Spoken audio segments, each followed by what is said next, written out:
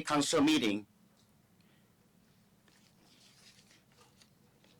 First of all, Elizabeth, could you please lead us for Pledge of Allegiance? All right, everybody stand. Ready, begin. I pledge allegiance to the flag of the United States of America and to the republic for which it stands, one nation, under God, indivisible, with liberty and justice for all.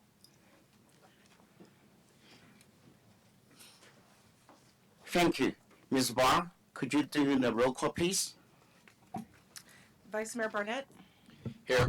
Councilmember Felder, Here. Councilmember Lowe, Here. Councilmember Agramonte, Here. Mayor Dean. Here. Thank you. Thank you. Today we didn't have any closed section meeting. Next, I would like to discuss about approval of our agenda. Do you have anything to change? It's the order. Council colleagues and the staff. Looks none. I move to approve. Second.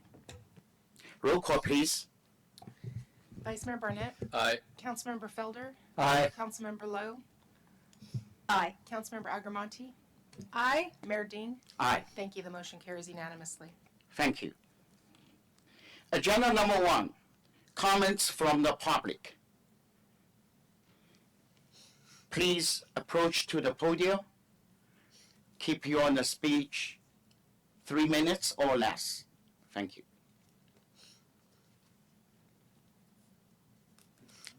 Okay, looks like none. Okay, that is.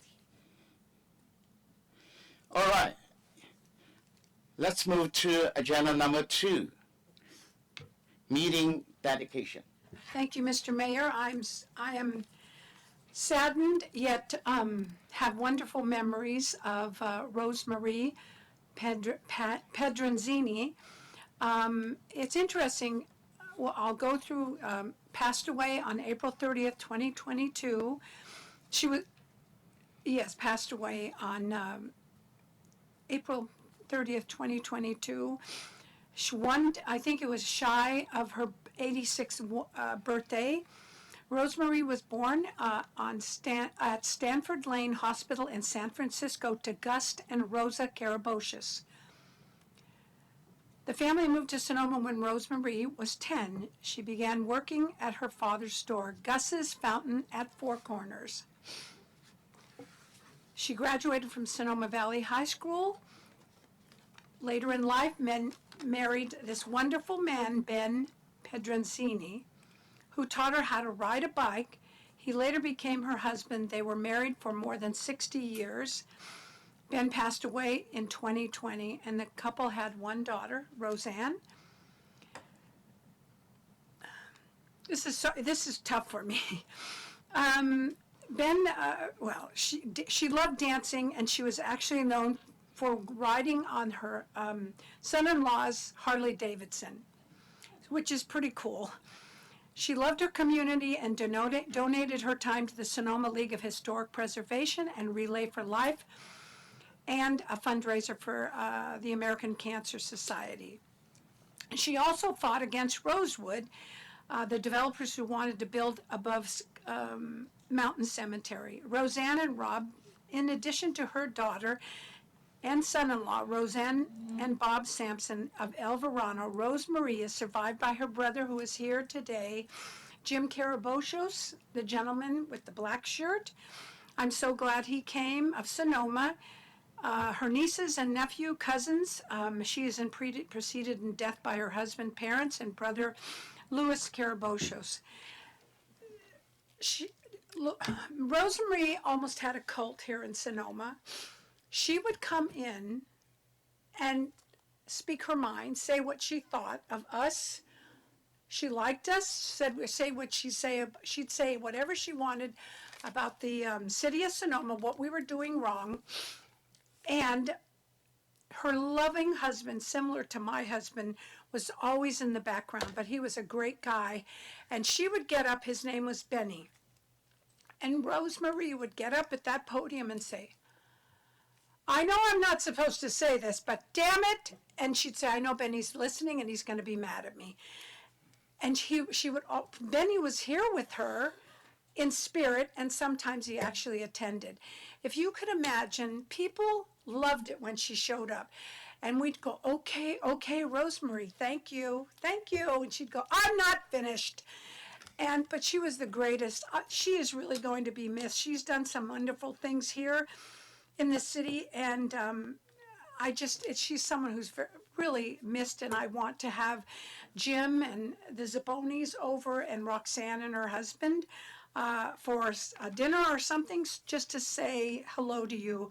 So she leaves behind her son-in-law, Bob Sampson, her daughter, Roxanne, and of course, Jim Carabochos. So I am dedicating this evening to Rosemarie Pedranzini. Thank you. Thank you. Do you have any other dedication? No. Okay. All right.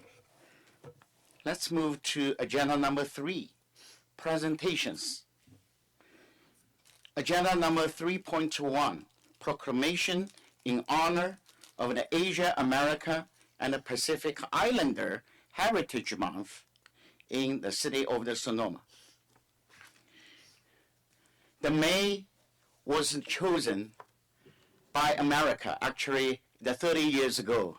President George Bush, he extended the AAPI in the week to the whole month and sign it and it become the law. So each May in America, we always celebrate the contribution made by AAPI group. Today, I'm honored. I want to present a proclamation at the request an AAPI coalition of North Bay. Today we have the Alexander and also Phyllis. You are the representative. Thank you for coming.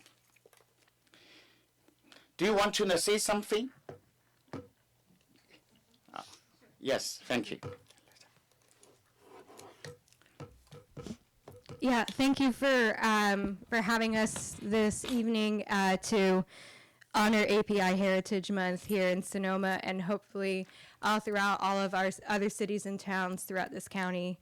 What is also very special too about this is to have your very own Mayor Ding, your first, to my knowledge, the first API mayor for the city of Sonoma, and to even acknowledge the history that has stemmed from not just the Sonoma Valley, but even from the county overall. Our proclamation was was also highlighting on all of the history from Chinese Americans, Japanese American, Filipino American, and the whole representation of the Pan-Asian continent, who have made their contributions here to the Sonoma Valley. And each time I look out in the vineyards, and including these ones out here in the Sonoma Valley, I think of our very own Chinese American ancestors who brought up, this horticulture, who made wine country possible in a lot of ways, alongside with many other people of color to cultivate that. And even with the ugly history that we have in the past, the use of words like coolie and indentured slaves that were brought over from China and India, and a lot of the forced labor that was brought upon and inflicted on Asian Americans of that time, and to develop and come to where we are today, and to not only celebrate us in May, but hopefully and just to celebrate everything that we do to bring society forward. So thank you very much to Mayor Ding and the rest of the council for having us. And maybe Phyllis, I don't know if you want to share a few words. Just to reintroduce us, I'm Elizabeth Escalante, one of the co-chairs of the API Coalition of the North Bay. who helped to draft the proclamation as you see it is today. I'm also a member of the Filipino American National Historical Society. And Phyllis, can I introduce you? Yeah, come. And of course, Phyllis Taiji, also one of our board members from the API Coalition, and a board member of the Japanese American Citizens League. So we're proudly representing tonight for the celebration. Thank you, Elizabeth. Thank you. All right. All right. Right now, I want to read aloud today's proclamation. A little bit longer. Let me try. Okay. The City of the Sonoma Proclamation in honor of Asian American and Pacific Islander Heritage Month. Whereas, on the occasion that the month of the May 2022 was chosen to celebrate an Asian and the Pacific Islanders heritage in United States to commemorate the immigrants of the first Japanese to United States on May 7th, 1843, and to mark the May 10th, 1869 anniversary of completion of the transcontinental railroad built with the backbreaking labors nearly 20,000 Chinese immigrants. And whereas Asian American and Pacific Islanders play a significant role in the development of the dynamic and pluralistic American society, with 32 Asian ethnic groups and 77 Asian languages in California. Violence against Asian American and Pacific Islanders, along with the indigenous and people of the United States and the black and brown people, existed at the founding of this country and regrettably continue to this day. And whereas the role of the Asian American in Sonoma County has largely gone unrecorded, and especially concerning the contributions made in agriculture, with the help of approximately 200 Chinese laborers, Buena Vista Winery was built in 1857 as the first California premier winery. After the Chinese Exclusion Act of 1882, Japanese farmers built successful family farms and contributed statewide to create successful strawberry and other farming techniques. And whereas we recognize that U.S. Congress in 2012 and California State Legislature in 2014 adopted resolutions of the formal apologies to Chinese Americans for enactment of the Chinese Exclusion Act 1882 and similar laws. We, the City of the Sonoma, officially apologize for the unjust mistreatment of the Chinese immigrants living and working in the city and the valley of the Sonoma during the early time of the period. And whereas we support Asian American Pacific Islander Coalition for North Bay to celebrate cultural, empower community, and promote positive changing of AAPI communities in the North Bay. We support Sonoma Sister Cities Association, Penglai Committee's proposal of the Wine Country Chinese Legacy Project to commemorate the contributions of the Chinese to the wine industry in Sonoma Valley by building a Chinese pavilion team in Depot Park of Sonoma.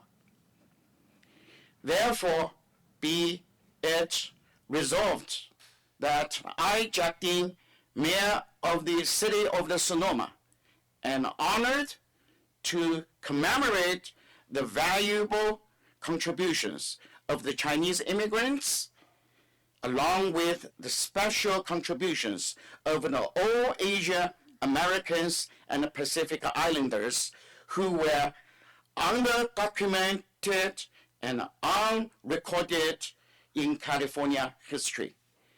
We take pleasure in celebrating the diverse and vibrant cultures that an Asia, America, Pacific Islanders communities bring to our city and the Sonoma County.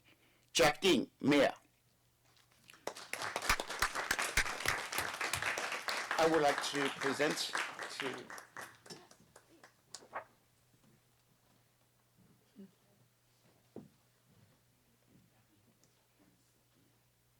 or I invite all on the council member come here and take a picture. Would you mind taking one of my phone too, please? Sure. That's great.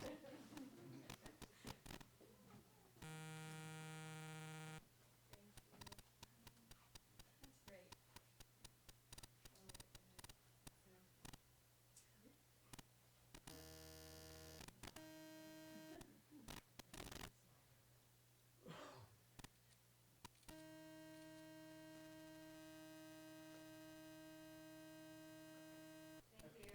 Thank you so much. Thank you so much. Thank you. Thank you.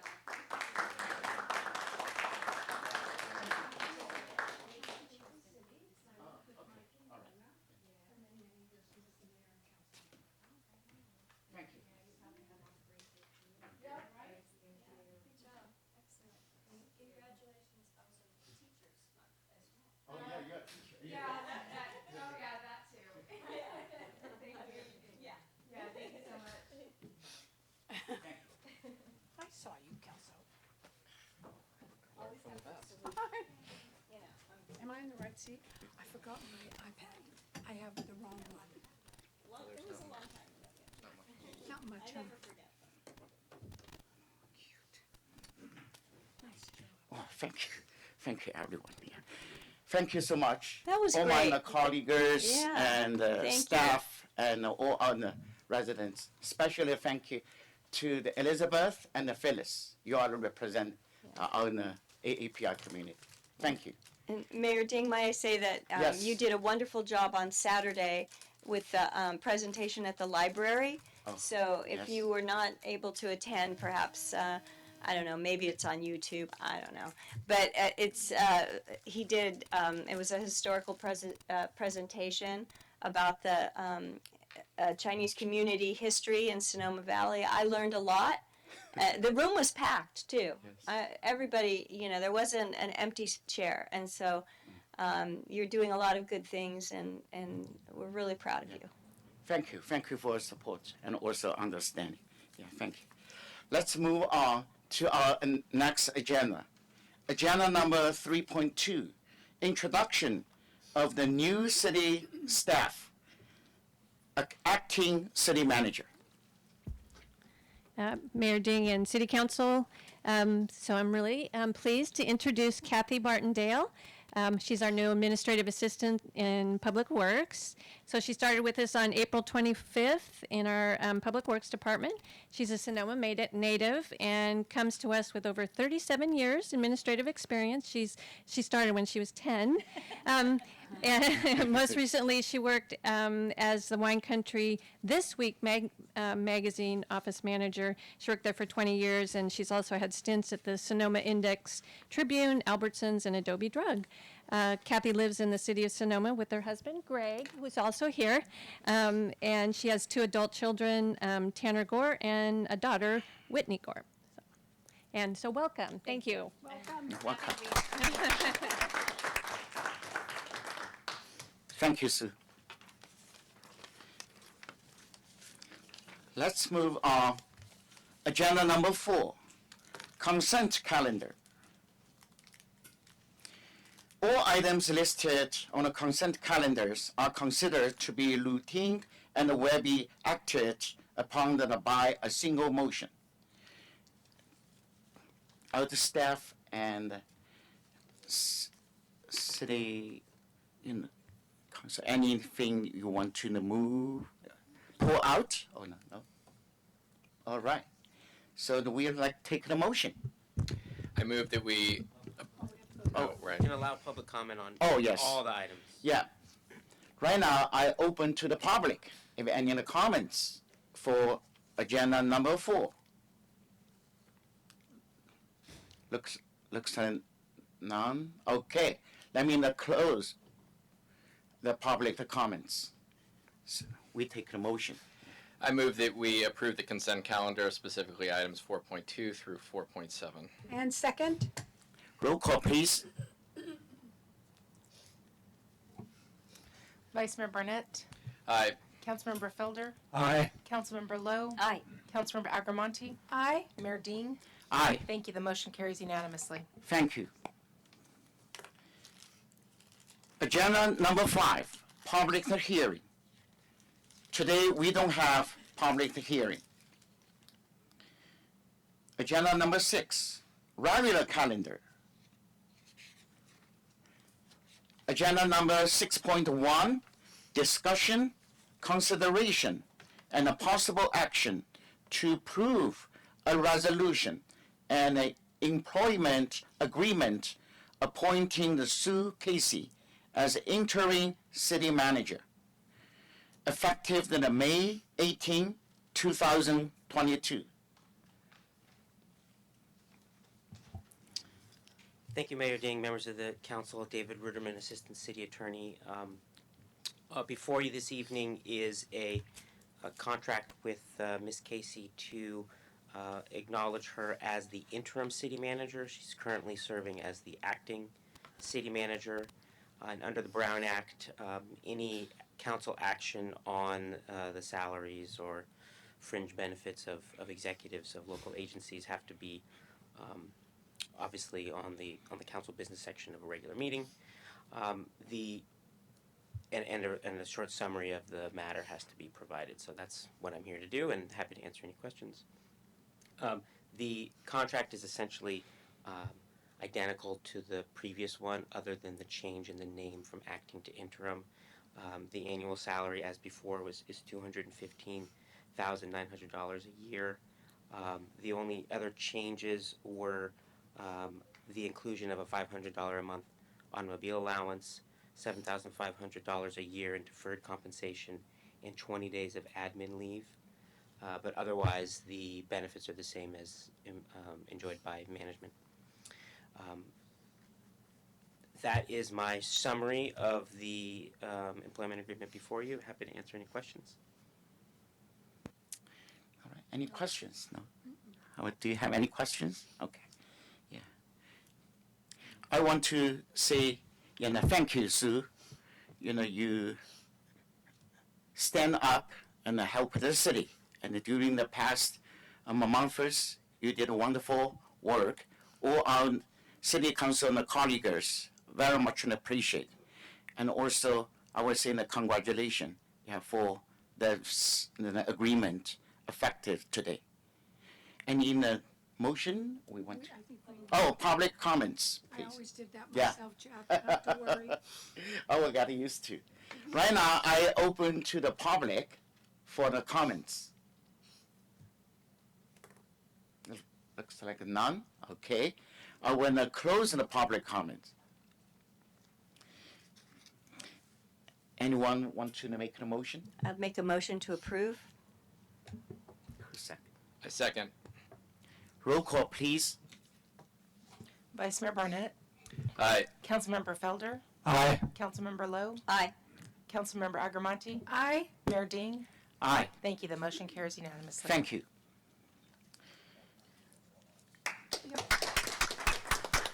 Wonderful. And I think Mrs. Casey, you know how happy I was. I gave you a big hug.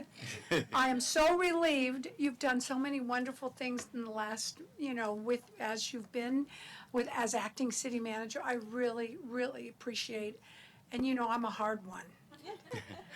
to get We all trust. know. We all know. And I'm a hard one to get trust from, and I tell you, if I gave you a hug, that meant I really, really meant it. Thank you so much. Thank you. Thank you. Yes, thank you, That's Sue. true, yeah. It's obviously you been a all. challenging time, and thank Yeah. you. It's been a pleasure. Yeah. Thank you. Thank you. Thank you. Thank you. All right, let's move to agenda number 6.2.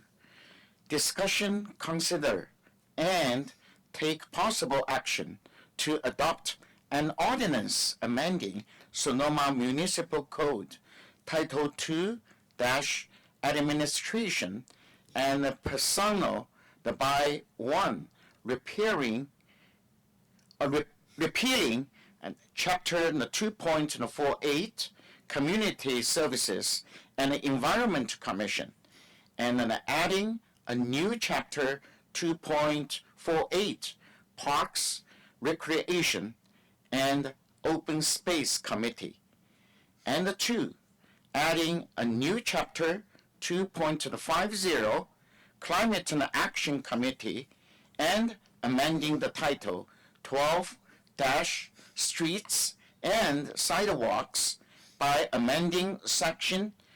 12.18.020 as and the trees ordinance, and finding that proposed amendment are exempt from California Environmental Act, (SECA), under the Section 15061B3 General Rule of SECA, and the guidance and acting the city manager. Thank you. I want to make one point of clarification. We are introducing the ordinance this evening, and we have this in the title, but I think the language in the staff report says differently. But anyway, now I'm going to turn it over to Director. I know your name. David. Store. I was up till 3, so Good old, what's his name? D2. D2. Thank you, Sue. Mayor Ding, council members, David Storr, Planning and Community Services Director. I'll be brief. I won't go through the information that's by letter in the staff report, but we are introducing or conducting the first reading. I think that's the nomenclature of the day. But your council may recall that on March the 2nd, you directed staff to provide code amendments, initially to dissolve the CSEC and to create the new Parks, Recreation, and Open Space Committee, and also create a Climate Action Committee. You also directed that the responsibilities and duties of the Tree Committee be blended in with the Parks, Recreation, and Open Space Committee. And the ordinance before you tonight does all of that, and also adds the work to build upon the Recreation Task Force to provide your council with input regarding comprehensive parks and recreation projects. Your council may recall that that particular body was to sunset at the end of this year. The Pros Committee will have 7 members, 5 each appointed by you all, 1 arborist, and 1 youth member. The same with the Climate Action Committee, but it will have 6 members.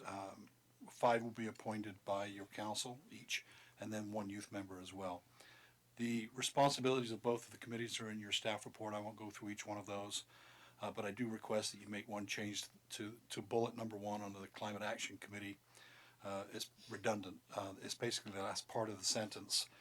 So the new language will read, if you're following along, the responsibility of the Climate Action Committee will be to the development, updating, implementation, and communication of the city's climate action plan, period.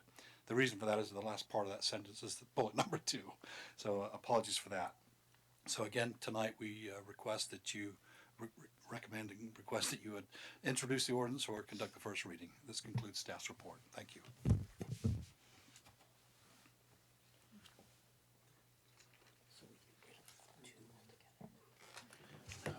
Yes. Yeah. I have a question for staff.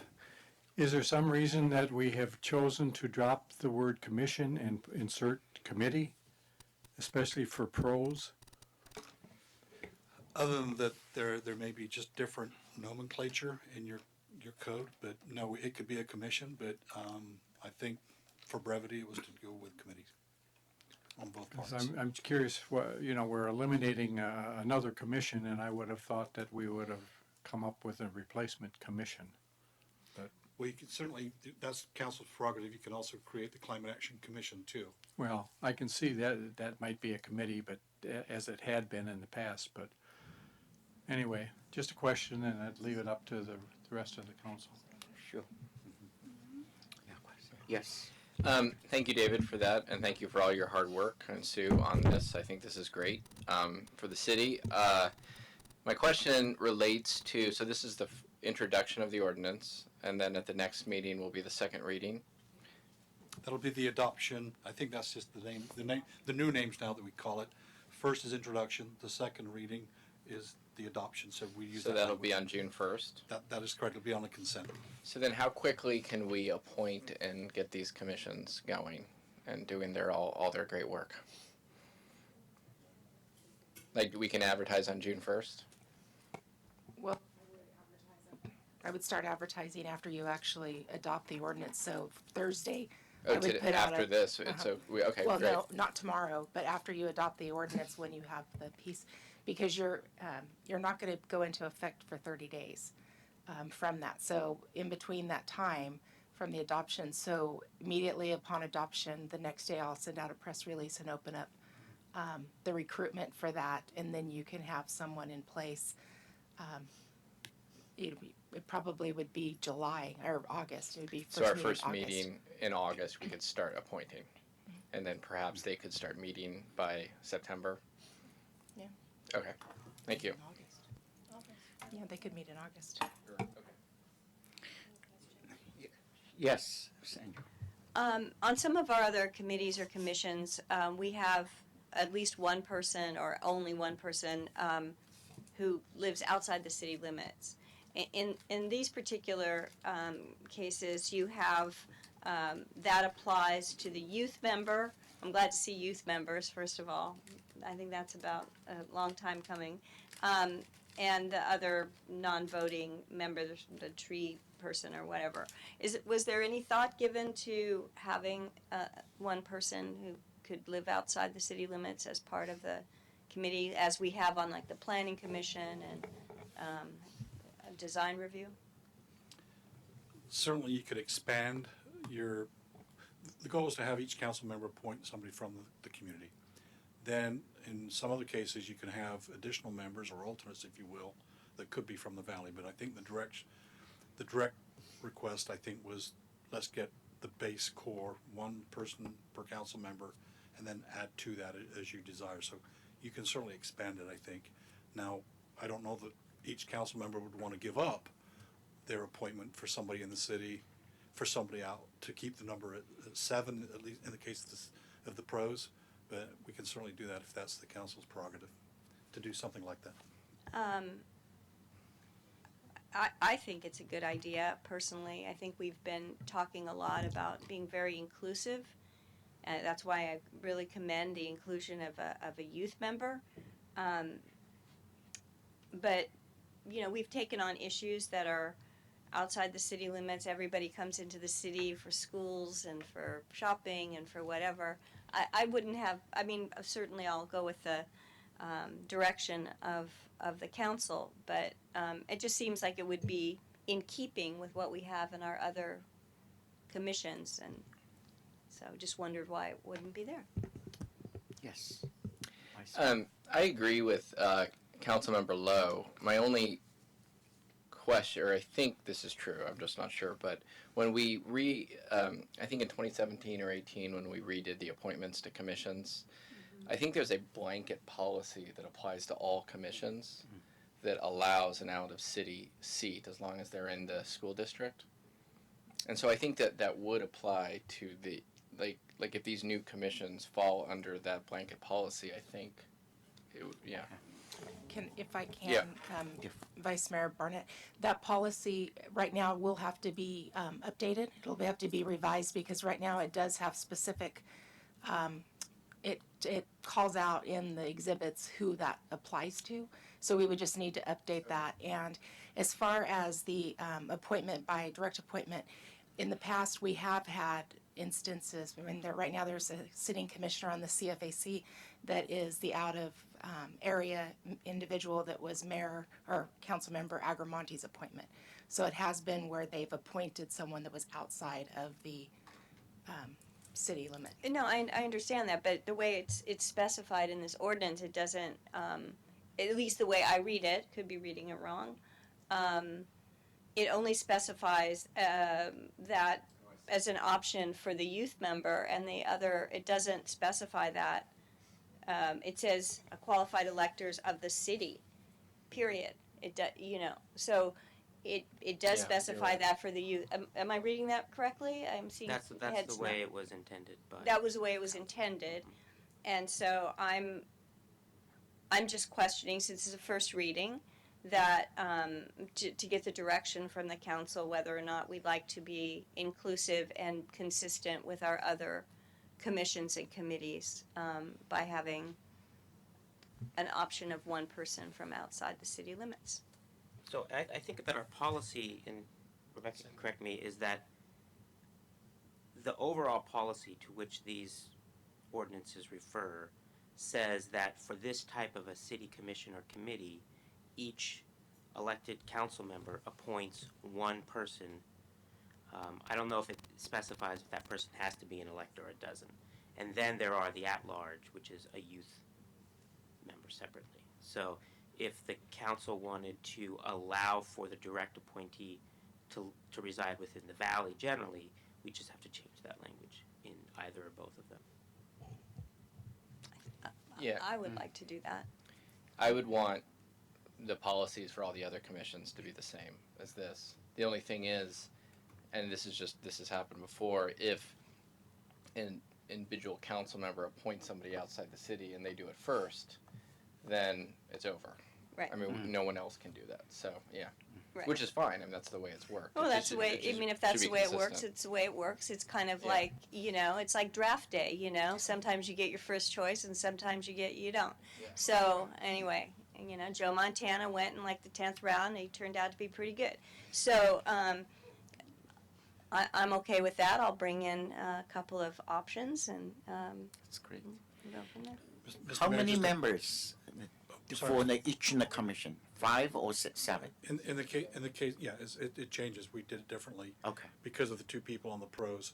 But a question to the council would be, if you want to make changes to the ordinance and still conduct the reading tonight, we need craft that language now so we can conduct it so that we don't delay it and have to have an offset there. And remember, you go dark in July, so anything that we want to do, we want to get it done pretty quickly. But again, that's not the order of the day here. So if you want to take your time, have us come back, we can do that. But if we can craft the changes, maybe we come back to this item a little bit later on to make sure we get the right words in. That's great. Yes. Yeah, Feld, Miss. Oh, sure. I'm good. You're good. Let me open to public. I got a question from a scientific point of view. How many geophysicists do you have on this committee you're talking about? Could you please go to the approach? Oh, I'm Yeah. sorry. And introduce yourself. So, Okay, Thank you. my name is David McFarland. I'm a concerned citizen. I want to know how many geophysicists you have on this committee you're talking about putting together. We haven't appointed anyone to it yet, yeah, not yet. so we don't know. Are you intending to do such?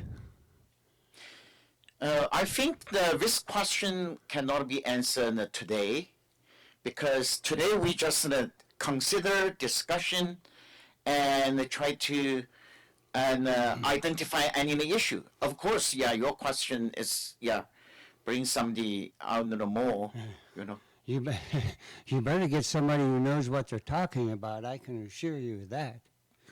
And, you know, the physics side of this has to be understood. That's all.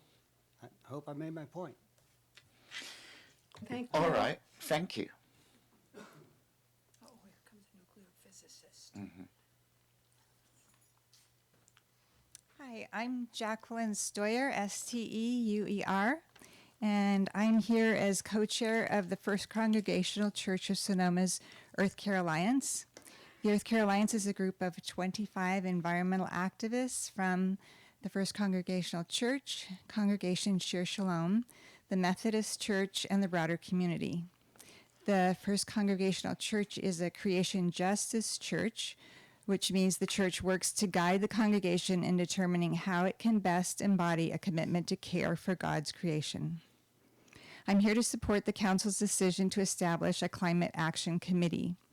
I want the committee to accelerate the city's commitment to undertaking effective climate action measures.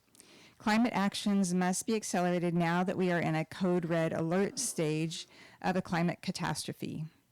I agree with Greta Thunberg that up until now there has been too much talk and too little climate action by governments at all levels.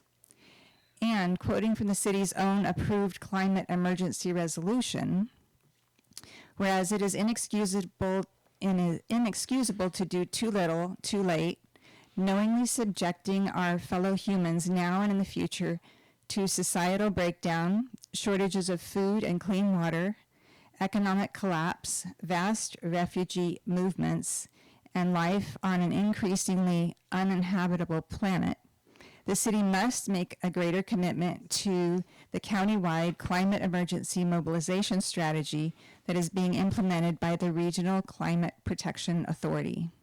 And the city must continue its commitment to implement the local climate actions adopted by the city in 2016. We all need to take action now. Many of us are parents and grandparents deeply concerned about the future of our children and grandchildren on this warming earth. We are supportive of our children's trust and the Youth VGov lawsuit against the federal government for its inaction against climate change.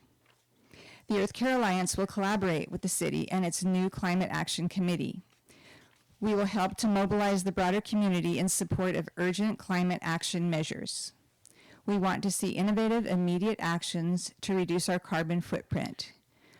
We will support you with our deeds and our votes. Due to the demographics of our greater Sonoma Valley, I ask that the council expand committee eligibility to include up to 3 appointees who reside in the Sonoma Valley, but outside the city limits. And please appoint people of diverse backgrounds and life experiences. With the council's support, the new Climate Action Committee can bring meaningful, effective climate action here in the city of Sonoma and in the surrounding area. Thank you for your support of this urgent matter. Thank you.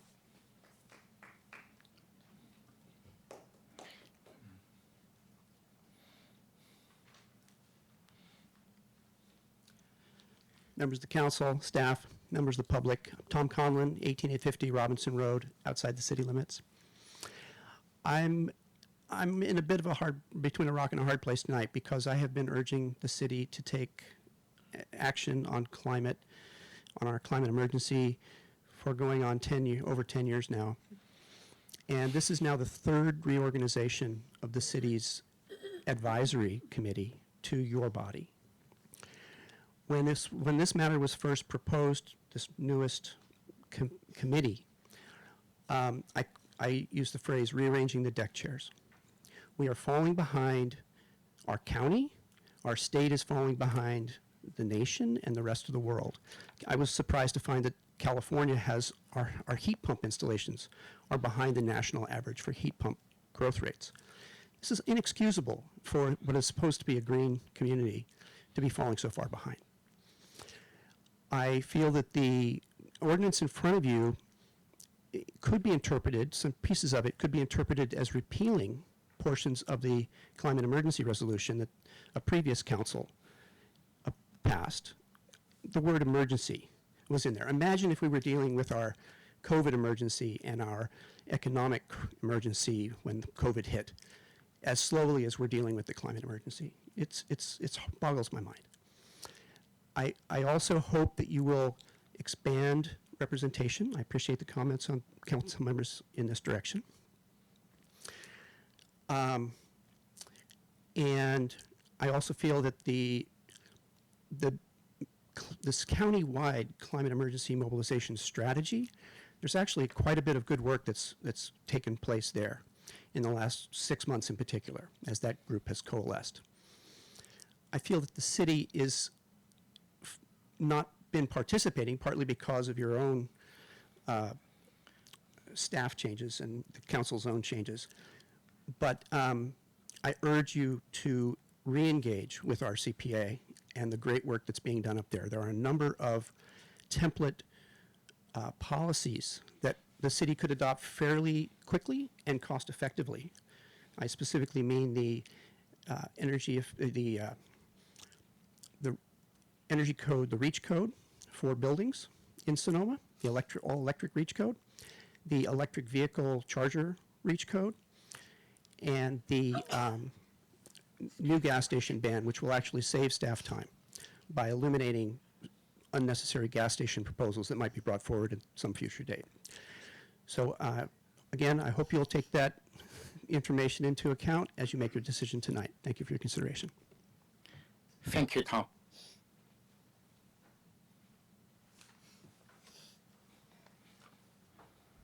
Good evening, everyone. Fred Allebach from 19550 8th Street East. I had expected a lot more people here. Oh, excuse me. Let me take off my mask. I served on the CSEC for 8 or 9 years and enjoyed serving the city very much, as well as the last Climate Action Joint Subcommittee. I have some suggestions here to change the charter specifically to include climate justice. In my public comments that I mailed to the city website, I laid out my supporting arguments for that, and I hope you had a chance to read those. Basically, I would like you to have this commission be, the Climate Action Plan and the Climate Action Commission be consistent with the city's climate emergency resolution and the triple bottom line framing that the climate emergency resolution is based on. And not only as environmental sustainability as it reads in the ordinance now. I think that if you do want to have just environmental sustainability, then I think the city needs to have a specific equity plan, because you already have economic pillar with the chamber and the tourism improvement district. You have an environmental sustainability commission, but where's the equity in the triple bottom line? I hope that you had a chance to look at that Venn diagram and are convinced that that's a meaningful thing. Really, no amount of greenhouse gas reductions are going to matter unless the bottom 20% of people are lifted up. I better hurry up here, I'm running out of time. I'd like to suggest some membership changes. I support 3 members from outside the city.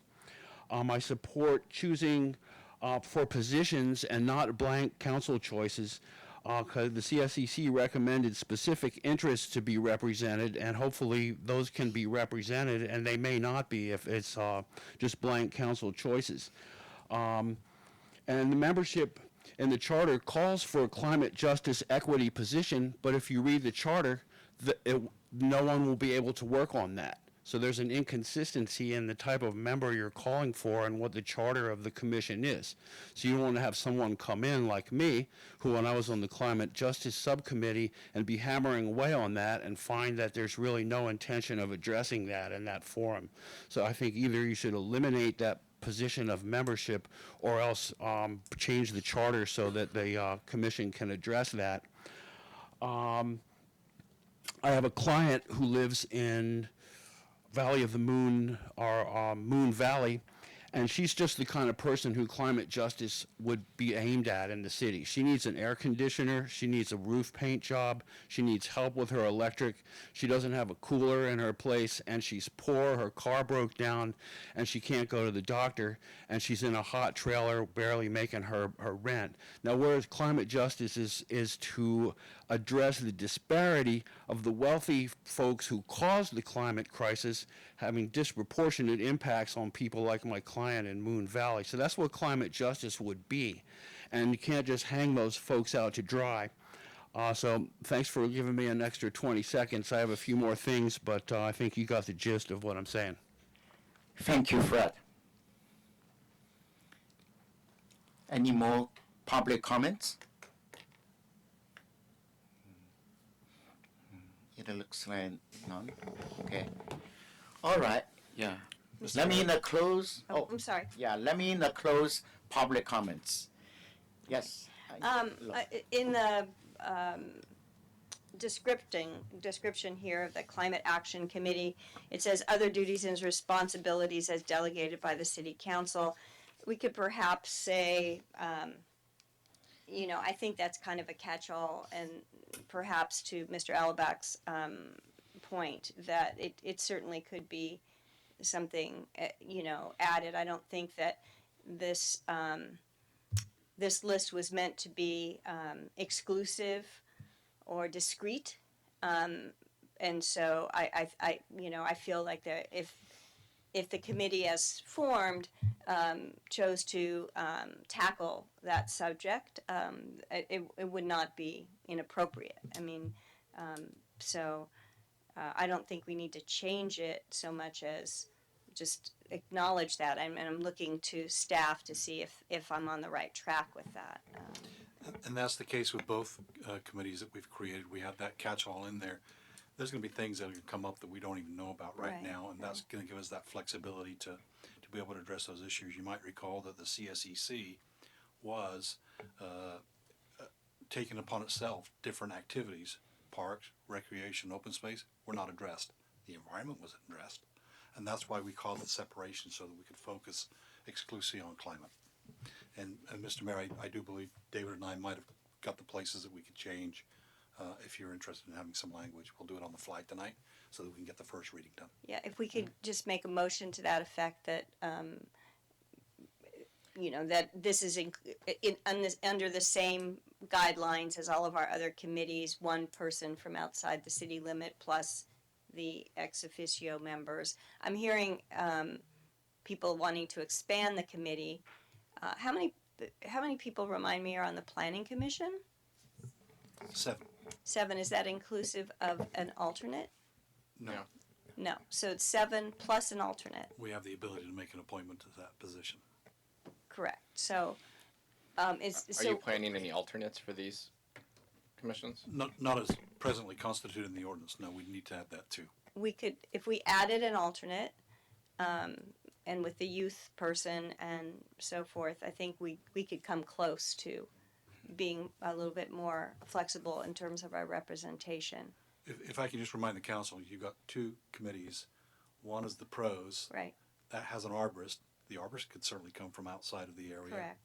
But again, you've got the 7 and the 6. So depending, just give us the instruction or direction on which one you want to do that. Maybe it's both. Well, before I get to that, just to follow up on Councilmember Lowe's point about that sort of catch-all, I think in a perfect world, once we get all these commissions sort of reestablished, every commission every year should themselves, with staff collaboration, come up with a work plan, and ultimately that work plan would be approved by the City Council. And so I think that could perhaps address some of the public's concern about that. In terms of residency, I would like all of the commissions, as I said before, to be consistent, and that is one member outside the city.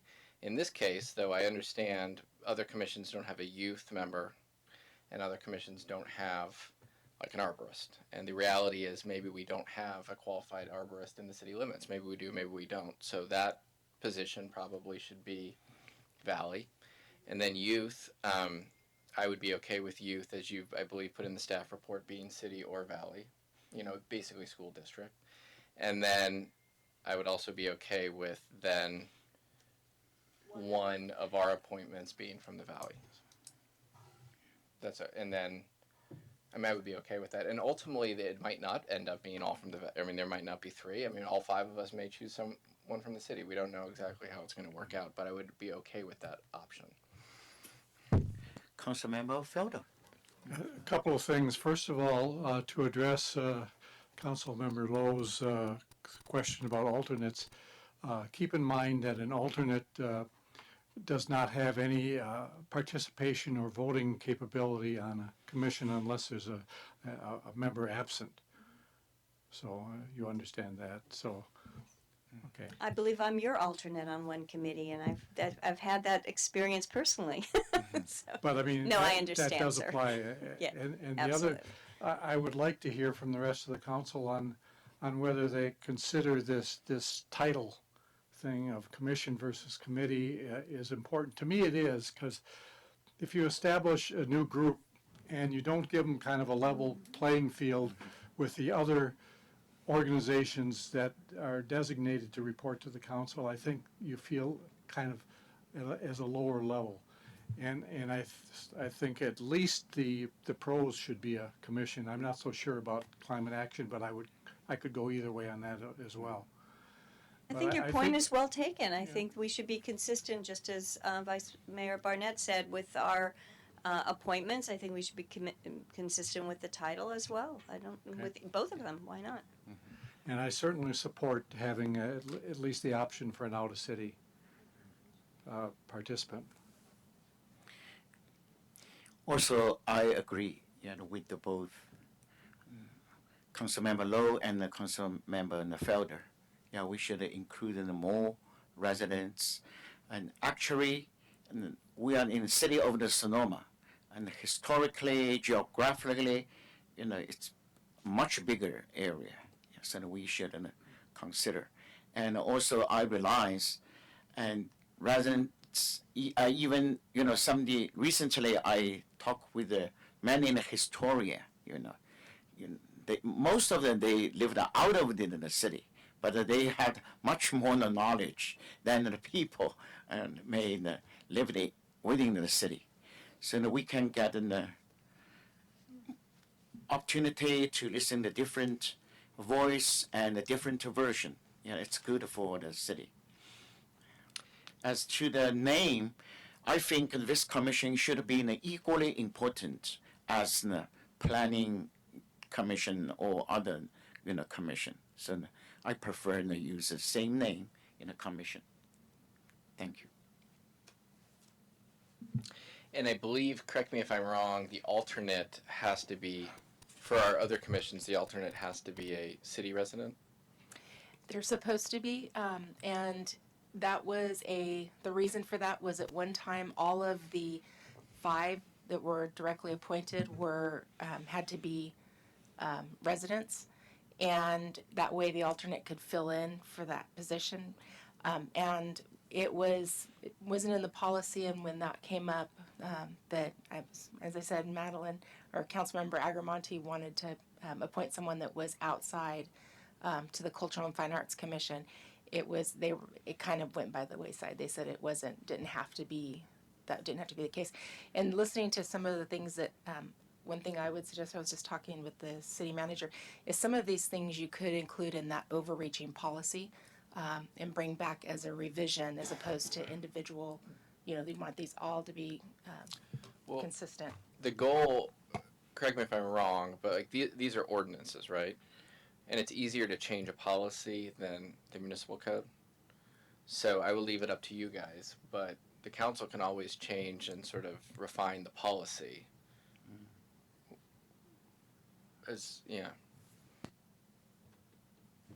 Mr. Mayor, I have a question. Yes. So if I'm understanding you correctly, Madam Clerk, you're saying that even though it was the policy to have the alternate be a resident of the city, we actually have disregarded that and appointed people who are alternates who are outside the city. Not alternates. The direct appointment. Oh, with someone. the direct appointment, but not the alternate. Still, is always a city resident in every committee. Yes, and that was something when we had discussed the policy the last time. That was something. There was a question as to why that was the case. And so we were going to look at that in the next time we brought it back as a revision, if the council wanted to look at that policy again. That was one of the things that we were going to ask for. Yeah, I think we should look at that. Through the mayor, Yes. I believe that alternate was supposed to be a city resident to preserve the makeup of the actual sitting commission, Yeah. so that you would have at least 4 of the 5 or 6 of the 7 be city residents. And so that's why if one of the other persons is absent, that the alternate takes place of, that would preserve that makeup. Yes, consistent characteristics. Yeah. Yes. So, now, if any suggestion or First thing I'm hearing, there could be a motion, should I Okay. be reading the tea leaves correctly, that you would direct all changes within the ordinance that we're introducing tonight to substitute the word commission from committee. That'd be the first point. The second part of the motion would be to then direct changes as Mr. Ruderman will now present. Can you do that, David? So this is so that at least one of the voting members on both the Climate Action Commission and the PROS can be a resident of the valley, right?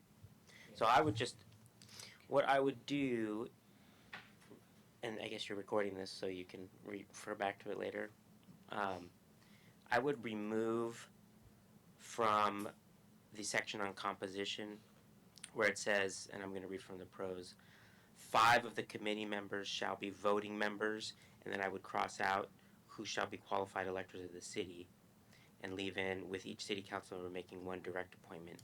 Then I would add a new sentence, 2 new sentences actually, which is how we did it in the Culture and Fine Arts Commission, and say at least, and so this at least for the PROS, at least 4 voting members shall be qualified electors of the city.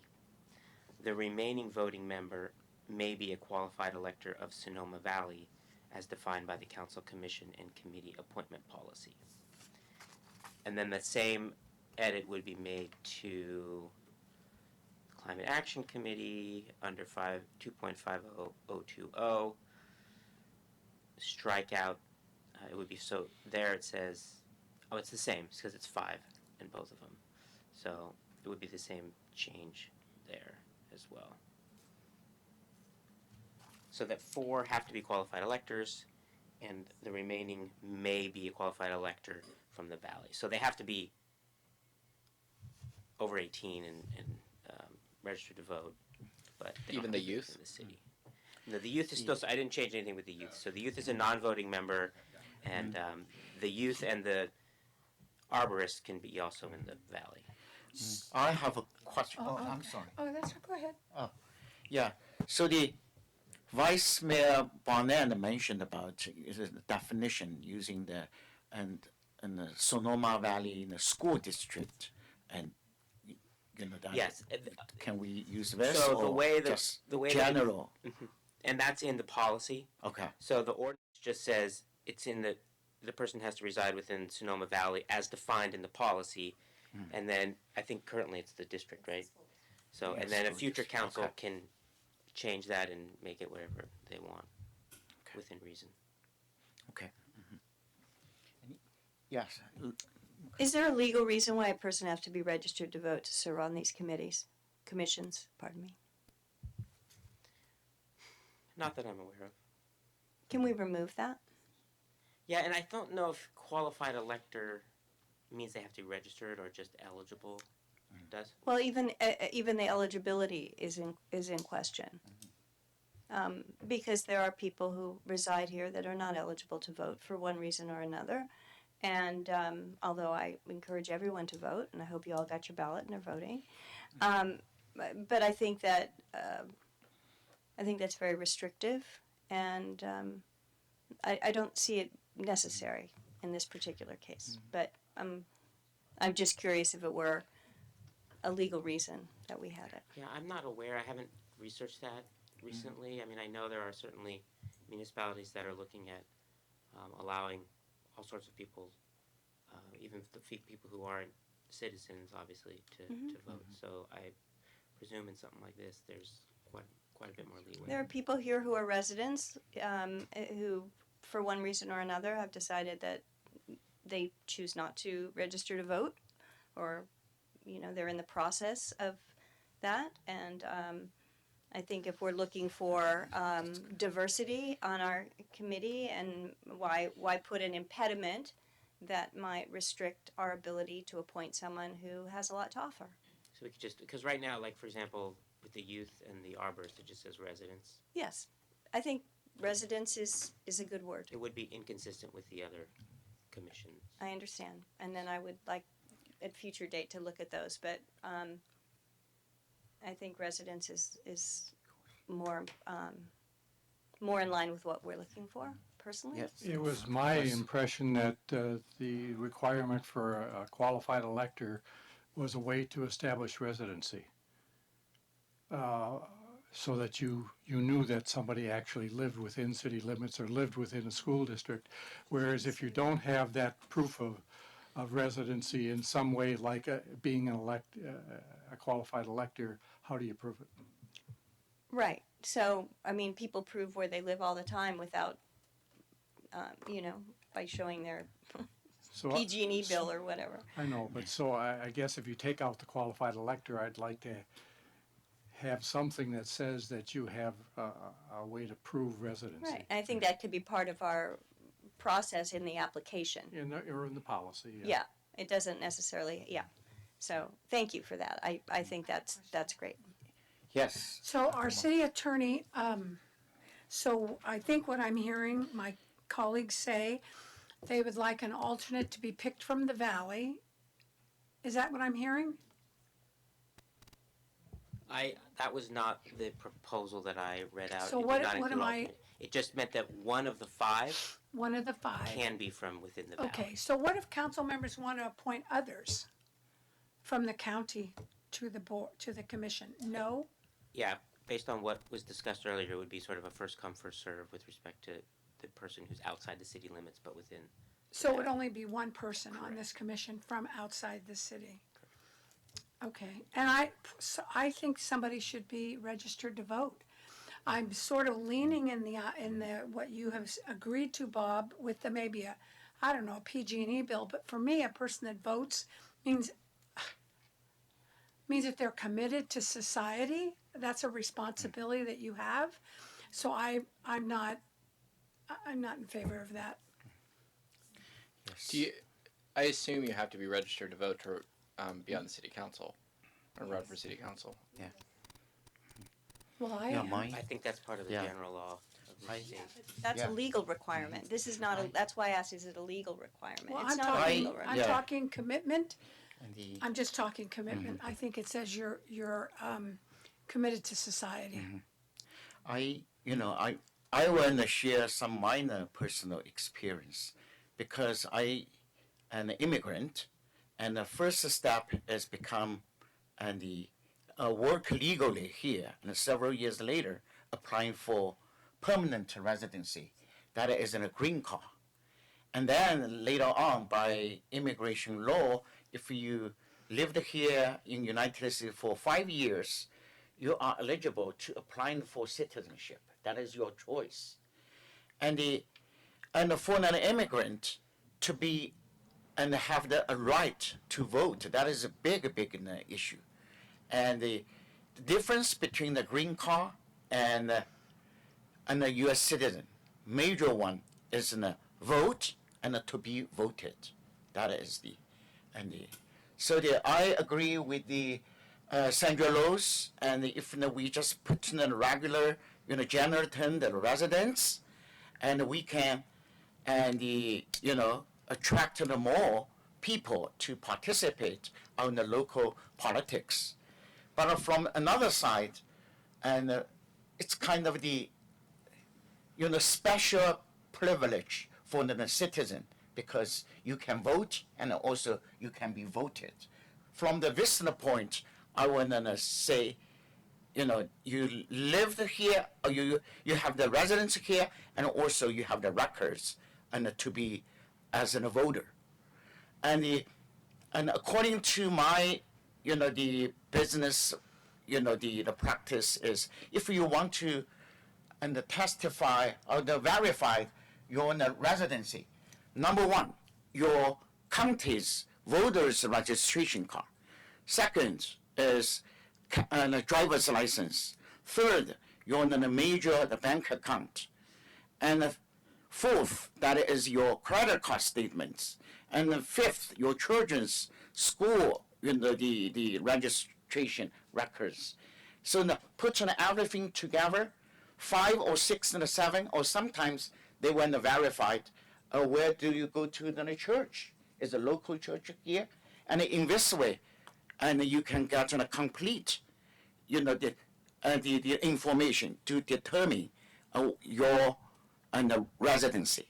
That is from the tax perspective, we are doing like this, just for your reference, and then no any other, purpose. Thank you, Mayor Ding, and Oh, sorry. Yeah. our individual appointments, Councilmember Agramonte, you can, when you choose someone, you can choose someone who reflects, your particular values. And that was the Yeah. goal of the Yeah. council to do Sure. But if I choose someone who, I just think asking somebody if they're registered to vote, as part of the screening process, I think there's some problems with that. And I personally, I think everyone should be registered to vote who can, but I think there are many people in Sonoma who contribute greatly to our city and to our county, et cetera, who, for one reason or another, may not be registered, may be in the waiting period, as our mayor described. And I'd like to give them a chance if that person, wants to be interested in this. So I appreciate the conversation. Yes. Any more questions or I think we're looking for a motion. any more explanation? Yeah. Well, please. I want to, is the first reading then going to change the word qualified electors to residents of the city in both of them? So that would be part of that would be in the motion if you wanted to include that. From I prefer the use residency and the plus the voters, because also it's kind of voters. That means you are willing, and also participate in local politics. So because if you registered as a voter, didn't cost you something. If you want to register it. I mean, if it were up to me, I think we should move forward with qualified elector. And if we want to talk about this within the policy in the future and to apply to all the other commissions, I think it's worthy of discussion. I don't think this was noticed. I mean, I think that would be sort of a big sort of change for the city of Sonoma to allow non-registered voters to participate in our commissions. Do we ask them, are you registered to vote? It is on the application. It When is. they fill it out, and those are all verified with the county. I don't ask them for a registration card. I send the names and addresses to the county, and they verify, yes, they're registered, or no, they're not. Yeah, I think that's a problem. Yeah. Well, Yeah. We had a situation on the planning commission where a person was a resident of the city but was not a qualified voter. She had not registered to vote. I think she was registered somewhere back east, and so she was told to either she had to get registered locally or she would have to resign her appointment. And I think to put the burden on city staff and to try to discern whether somebody is a resident or not, with whatever records and a lot of PG&E bills or whatever can be falsified pretty easily, I think. But I think if you can go to the register of voters and say, yes, they are a qualified elector, I think it's a certain thing. I think it's our responsibility when we make our appointments to be diligent and find people who are not faking their residency. I just find that to be an unbelievable thing that that I'm going to tell somebody to do that. It's not like you're trying to get in a different school or something where people do strange things. You know, I think asking people if they're registered to vote, you know, it carries with it some other inferences that I think should not be our business. And, you know, I understand we need to change the policy, but in the meantime, I would like for the example as given by our mayor, he would not be able to be on our committee while he was waiting for the final citizenship, and yet he was a productive member of our city, and I would not like to eliminate people like that based on that. So I think we can trust people on this. It's not like they're taking an oath of office, and I think it's all of our responsibilities. They take an oath. They take an oath of office. On the Constitution of the United States. Okay. Without mental reservation. Well, that's fine. They could, I mean, basically, but what they're you're not saying elected. is we should be able to put non-citizens on our commission. No, non-voters. I didn't say non-citizens. I said non-voters. There's people who don't register to vote for religious reasons. I mean, there are many reasons to not register to vote. I wish to, you know, there are a lot of people not registered to vote, and for whatever reason, I just don't think that should be our screening process. I would prefer to use something else. I know we're sort of extending our conversation here, but I think we should use something else to screen people to be on our commissions. A lot of information. Also, let me further, share some of the information. And here is different because here we don't have a lot of immigrants. In the Silicon Valley, in the the South Bay, they always have this kind of issue. So definitely, and a green card holder, and just like the permanent and the resident, and you cannot vote. Only the citizen can vote, select, and the city council member and the mayor. However, some of the city they allowed green card holder make the vote for the school district. So the school district no required for citizenship. That is not. Some certain city is not at all. In a different city, they have different policy. Yeah. I'm saying I think it's worthy of discussion.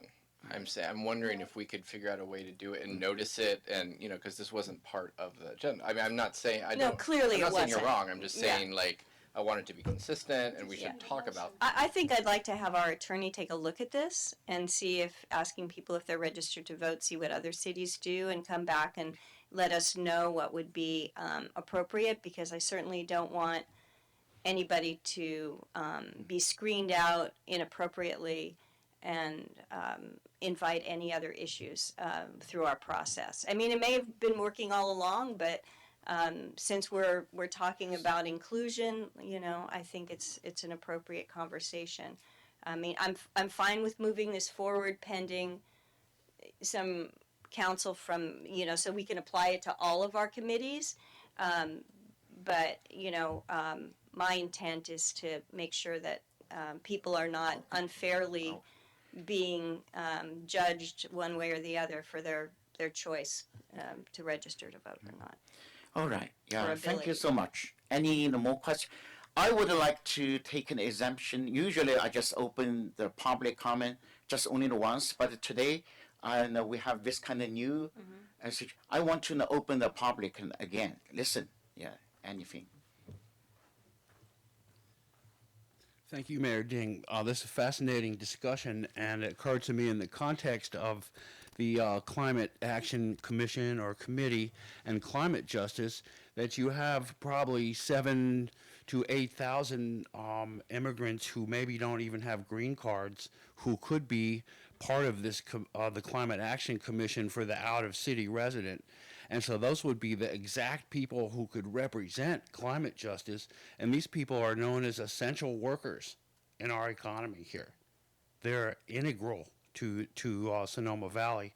So I think that a non-citizen essential worker who's a critical part of our economy and our community here, this would be a perfect opportunity to be on a commission like this. And so I think that this is a really good point that Councilmember Lowe makes, and it's really worthy of further discussion, because that would really be inclusive, essential workers, plus it would loop in climate justice, because those are the people who are bearing the brunt of the climate impacts of people in the first world who have caused the climate crisis in the first place.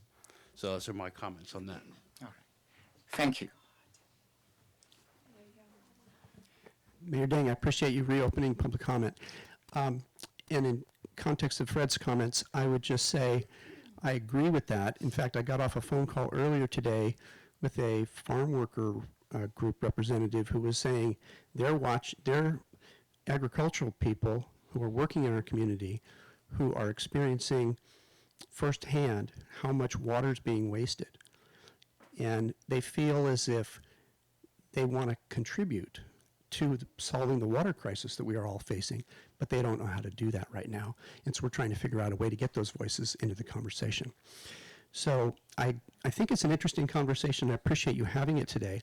I also sympathize with the residency, proof of residency. Remember, we do have, I had a case where I paid 2 PG&E bills, one inside the city limits, one outside the city limits.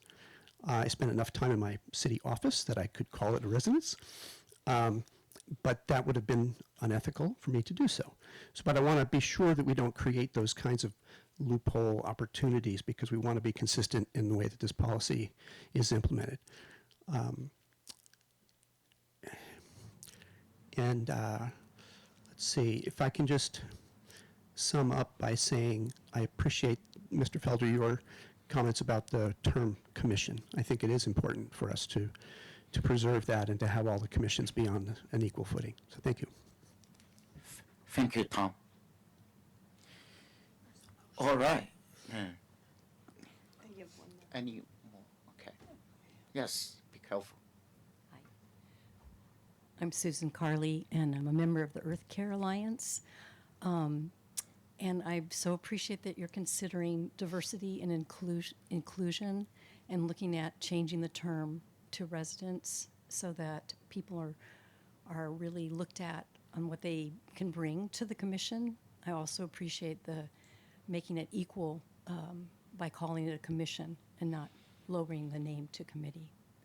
And that you are all here to listen to the importance of us preserving this beautiful environment that we live in for our children and grandchildren. It's such an urgent matter.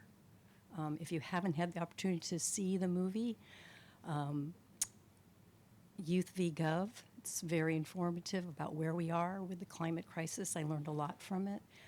Or the movie Breaking Boundaries. They're both available on Netflix. Thank you. Thank you. Any more? All right, let me close public comment. So, yes. Mr. Mayor, I just have some recommendation for you. Yes. So first of all, I would refer to my first comment about a motion that would modify the introduction of the ordinance to substitute the word committee with commission. Secondly, I'd like to have you support the modification to Climate Action Committee responsibility number 1, as I outlined, to delete the latter part of that sentence. And then the third part would be to add into the motion the changes that were read into the record by the city attorney. Excuse me, and then a request absent the ordinance, outside of the scope of the ordinance, but to direct staff to return at a later date to address the issue of the broader question about memberships relative to the policy, if that's your council's direction. And if at a future meeting we discuss that, can that be applied to the policy rather than the code? Or that's what I was going to recommend, but yeah, that's what I thought the intent was. Okay. Thank you. Okay. Thank you. All right. Yeah. Do you have more comments? Yeah. How about okay? Nothing. I have a comment. Oh yeah. I just want to thank again staff for all their hard work on this. I'm very excited about this because obviously, it's very important to establish a climate action committee, and I'm very excited about that. It's also, I think, it hasn't really gotten a lot of discussion tonight, but I'm also very excited about the pros. All of our parks in our city, our Montini Preserve, our Overlook Trail, the Plaza, etc. To have a group of commissioners just focus on making life better with our natural open spaces within the city for the residents are also very exciting. And so I just want to again thank Sue and David for this suggestion. And I think this is a really good thing for the city that we're going to do tonight. Yes. Yeah. Wonderful comments. Yeah. Yeah, I agree, and I'm sorry we didn't get to say more, about the substance of it and got into the sort of details of the structure. But sometimes when that happens, it's just serendipitous that other good things happen as a result of other good things. So I just want to thank everyone's indulgence on me taking you down that trail a little bit. But I think if we can clean up our policies with regard to all of our commissions going forward, I think that will make us all happy. We'll be a more inclusive, and we'll get better input from these wonderful commissions if we, and it's up to us to choose good people to recommend. So ultimately. Thank you. Thank you again, everyone. So in this way, we don't need to make a motion. I would suggest you say a motion based on Okay. what I outlined. Sure. So anyone want to make a motion? Just copy the David. Then. I will make the motion. I move that we adopt an ordinance amending Sonoma Municipal Code Title II, as described in the staff report. Yeah, I'll introduce. I'm sorry. Start over. I move that we take action to introduce an ordinance amending Sonoma Municipal Code Title II, as described in our staff report with the amendments of Planning Director Storer. And City Attorney. And the City Attorney. Yes. D's 2 and 5. That's great. Who can second? I will second that. A roll call, please. Vice Mayor Barnett, Aye. Councilmember Felder, Aye. Councilmember Lowe, Aye. Councilmember Agramonte, I like the idea of commission, naming a commissioner, but I vote no on this.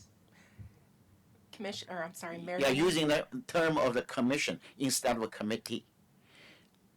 Mayor Dean. It's just a statement. You don't have to write it anywhere. Mayor Dean. Aye. Thank you. The motion carries 4-1. All right. Mr. Mayor, if I can, that was with regard to the introduction of the ordinance. Introduction ordinance. Your council may wish to provide direction on the other component relating to the policy. Okay. Should you wish. All right. And the reason I voted no is I'm unclear about where it's going, what we're talking about. There were a lot of opinions or personal life experiences in this, and I'm not comfortable at this point. I don't know how it's going to end up. Thank you. So any comments or any? I think everything is clear.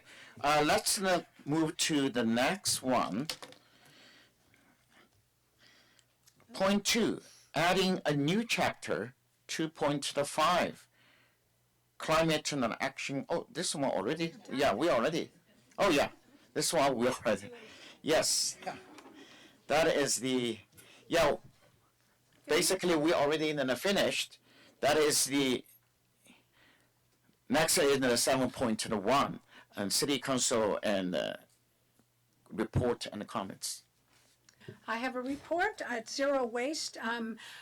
Travis Wagner and I are sustainability person who will go with me.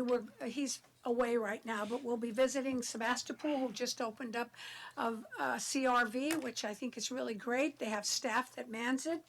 I spoke to the manager of Safeway, and he says Safeway's already being sued by 2 cities because they don't recycle.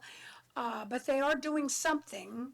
It's a little tedious the way they're doing it, but he's a great guy. The other thing is, Lisa Jansen and I are going to attend a conference in San Rafael with respect to homeless. Andrew Henning has invited us to attend this, and I'm so excited because I serve on COC, and it'll be great to see what other cities have done. And I know that Andrew worked in San Rafael and also Petaluma. He gives some advice. So I'm keeping my fingers crossed about the results of what that will bring. And doubled with what we're going to do at COC and that meeting, it would be great to understand what's happening in the world around us with respect to homeless. Thank you. Thank you. I'm sorry. And also I dedicated this meeting to Rose Marie Pedranzini. I hope if some of you remember her attending this meeting, she and her husband Benny, it was like, Benny, I know you didn't want me to swear, but damn it, Benny, I'm mad. And he would just cringe. All right, thank you. Thank you. Councilmember Lowe, any report? Oh, yes. I attended the board meeting for Sonoma Clean Power on the 5th of May, and it very, very informative. They always have a section on regulatory updates and legislative updates, and it's very interesting to see all the manipulations that are going on in the power industry. Under the regulatory updates, as we might have expected, the wildfire mitigation plans were deemed totally inadequate, that they were going after the very easy targets to spend all the money instead of doing the hard ones first, the ones that are most likely to cause the most damage. And then followed up with the idea that PG&E is now going to be proposing significant rate increases in the near future. So in the distribution part of the equation, in other words, they're trying to make the clean power organizations suffer as much as they can because they have to provide the distribution for the clean power organizations. In the legislative updates, they're encouraging support for establishing climate resilience districts, which would give, I think, the clean power organizations much more authority to and credence to move ahead. There's also a legislative update to offer incentives to provide more public EV charging infrastructure to the tune of at least $800,000 so if anybody wants to take advantage of that. And there's a clean energy bill out there where they're proposing now interim targets and a trust fund to help low-income families pay their utility bills. So that's all I have. Yes. Thank you. Vice Mayor Council, All right. Okay, so now let's move to next agenda. Number 8, city manager comments and announcement. Great. So I just wanted to circle back to our parklet discussion last week, and you had provided direction to meet with, for me to meet with Chief Aker and Chief Rodriguez about the First Street closure. And so I met with them, and they definitely want this street back open. They've right now, we actually have one restaurant that is encroaching on the street space, but that will be moved back shortly. So they can get a fire truck in there, but they definitely want it open. That was their intention, that it would only be temporary. They said that they would be open to it being extended through the end of November, but then they want it back open. So I just wanted to provide that information. And the other thing is Spring's draft EIR and the specific plan. Today, the county released a notice of availability for a draft program EIR for the spring specific plan. It also released the corresponding draft specific plan.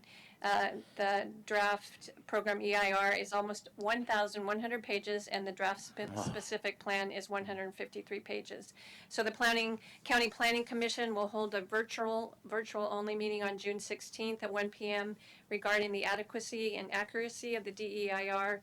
And it's coming midway through the public comment period from May 18th through July 19th. Planning Department staff will be reviewing the document over the next few weeks and will coordinate with me regarding any responses the city may wish to provide, and then I can report to the City Council and determine if the council wishes to provide formal comments. Yes. Ms. Casey, does LAFCO have any thoughts about weighing in on this, or they're not involved at all? They're not involved at all. If you may recall that the LAFCO actually has 2 members of the Board of Supervisors on it. They will be the ultimate body, the whole Board of Supervisors, when they adopt the specific plan and obviously do the EIR Okay. before it. Well, I think that MSR that I've been reading is great reading. I'm loving it. It's another education. Thank you. Okay, that's all I have. And then Rebecca Hessick. Just a update. We had went out to for recruitment for the Sonoma Valley Citizens Advisory Commission and for the planning alternate. We only received one application for the planning alternate, but that person has since removed themselves from consideration. So we need to open that back up. Just giving you guys a update on that. And then the Citizens Advisory Commission, we received, I think it was 6 or 7 applications that will be appointed through the mayoral process with Mayor Ding and one other council member. And I believe he was going to ask you, Vice Mayor Barnett, to participate in interviews of those, and then that would be brought back to the council for ratification. That's good. Yeah. So do you have the time frame this month or the next? I just need to set up a time with the 2 of you to review questions and get All the right. interview set. Okay. Later on, I will work with the council and we go through. Thank you. Any more comments and announcements? No? Okay. This one is for the city attorney. Yeah. Just a quick update. I'm not sure if you guys have heard. If you recall, I think in January, we brought before you a proposed resolution to oppose an initiative that was going to be circulated by the California Business Roundtable. It was sort of a Prop 218 on steroids, and your council decided not to support it because it hadn't even gone to the signature. It hadn't gathered enough signatures. Well, as far as we understand, it looks like they failed to meet the signature threshold after spending $10 million. So there hasn't been an official announcement yet from them that they're withdrawing it, but it looks like they may try to bring it back in a couple of years, but it looked cautiously optimistic that thing was So defeated. what I know about it, because I do this for a living, I removed that for this reason, because I am working on a ballot measure, and so I know very much, I know how many signatures everybody has and how much they're paying on the street every single minute of every single day. And they've lowered their price, they're still on the street, and they're talking about 2024. So what happens is if you don't make the deadline to turn in your signatures, you can continue to collect signatures and still meet the threshold, but it will be applied to the next election. So that's what they're talking about doing. And we'll see. There's actually another initiative that's doing the same thing. And what was the topic of this? Just remind me what the initiative It was was about. like a Prop 218 on steroids. So it was And what was basically it was going to require local governments to get a 2/3 majority approval for everything that could potentially be called a tax at any time. Yeah. Yes. It was going to severely limit the ability of local governments to have revenues whatsoever. So it was basically going to close everything that they thought was a loophole that had developed through the courts since '96, basically. all the cases that we've held. Yeah, here. Sinclair was the big one. Yeah, Sinclair Paint. Sinclair Paint was the big one. They've been trying to go after that for. Well, that was, Prop 226 was yeah. intended to. All right. Yeah, is it done, right? Okay. Agenda number 10, adjourn, yeah. Thank you. Thank you, Mr. Mayor. Look at that.